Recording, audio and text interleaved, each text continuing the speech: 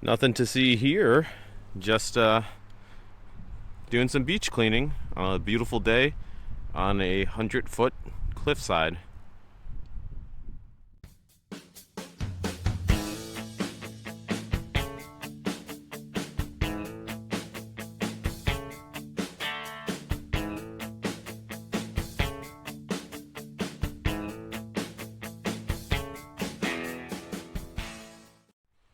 Well, good morning or afternoon or whatever time of day it actually is now. I've lost track because I've been hiking for a bit.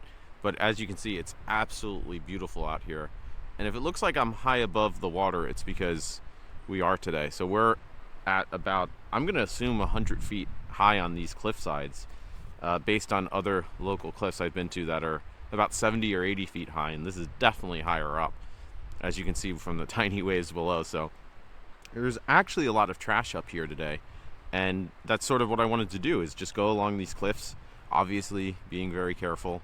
I've done these types of cleans before, so I know a little bit about just being safe with these sandy ledges, which you again really have to do. So I'll show you some of those safety tips maybe, and pick up some trash along the way as we make our way down to the beach, where of course there's going to be a lot more trash. Sadly, I think it's a good lesson to show how trash that starts up here ends up down at the beach eventually, in addition to the normal beach trash left there. So yeah, that's our plan for today. I already see some cans and hair ties and other random crap like we usually find. So let's get our pickers, get our bags, and head on down to the water, getting trashed along the way. Well, figuratively trashed. We're gonna pick up garbage.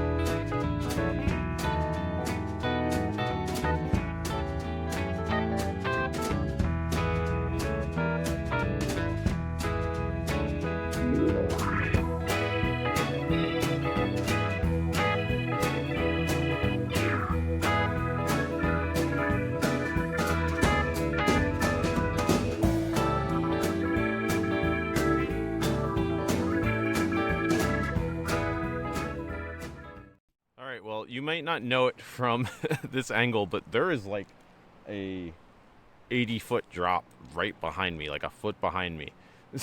So I'll show you, maybe I'll film some so you can see how stark some of these cliff sides are.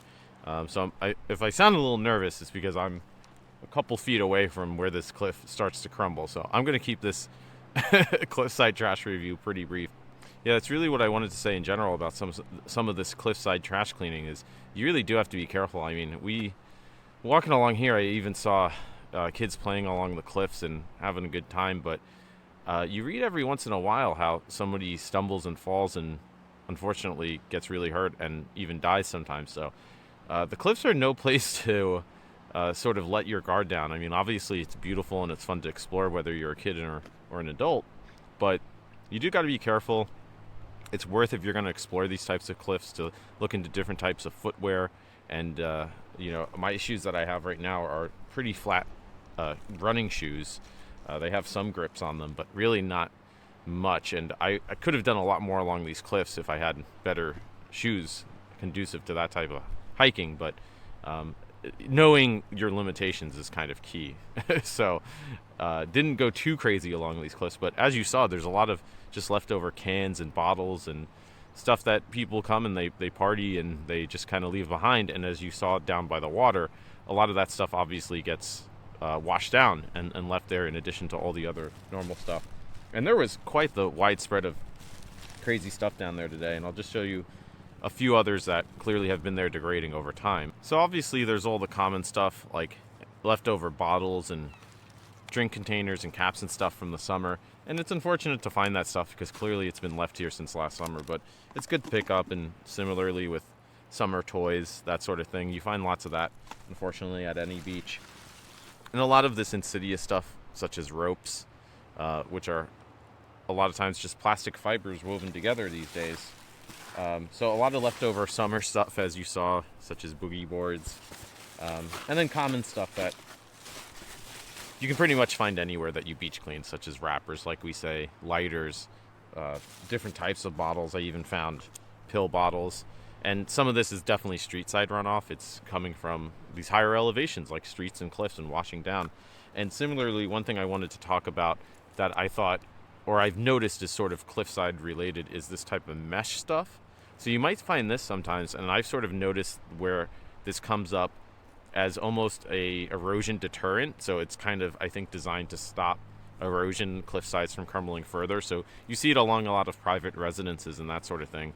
And unfortunately, the cliffs seem to want to erode regardless. It's almost like nature has its own plans outside of what we want it to be doing and how we want it to be behaving. So you often see this type of stuff. I'm not sure if this is exactly it, but it looks like it. And when you find it, you'll see it's oftentimes woven in along the cliffside. So this stuff is just winds up being some sort of plastic. And again, these fibers obviously degrade and break down, end up in marine environments, and end up with animals and sea critters ingesting it. And that's part of the larger food chain and part of the larger problem with this type of plastic pollution. So what is the answer to that? Obviously, pick it up where you see it. I know that sometimes they make what look like cloth fiber ones to prevent erosion, but then that raises the question how much energy and waste is being put into that and produced from that type of material too. So as I usually say, I don't have all the answers, but I always more and more when I post these videos, whether on YouTube itself or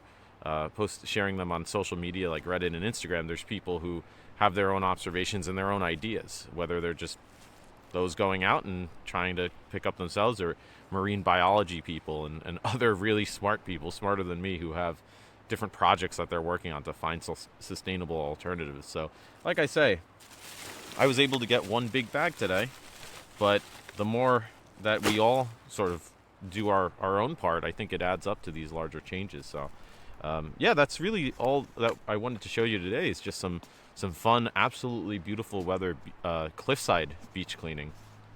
And again, if you want to do this type of stuff, be careful out there, because you don't want to have a bad time of it tumbling down the cliffs.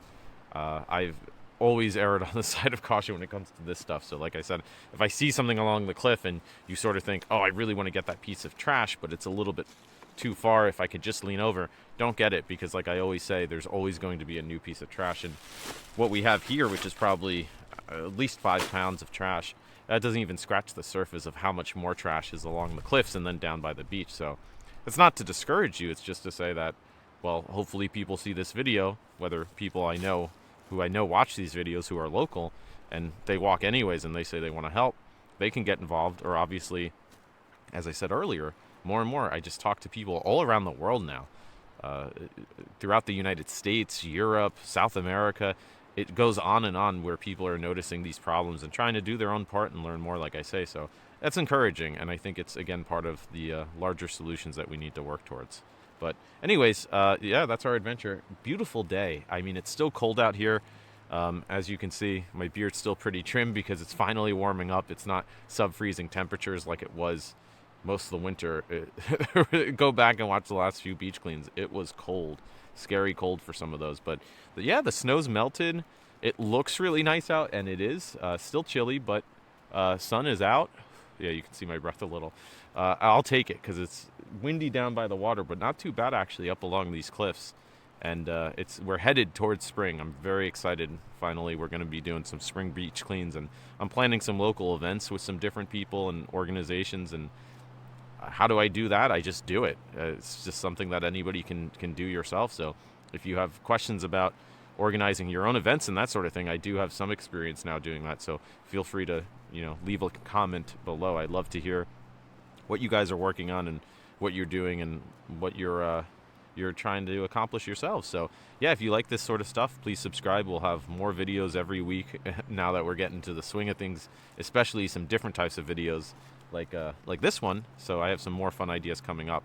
And yeah, I appreciate you guys stopping by and getting trashed with me on a beautiful sunny afternoon. So until next time, as I always say, stay safe out there, be well, clean well, and I hope to see you on the beach soon.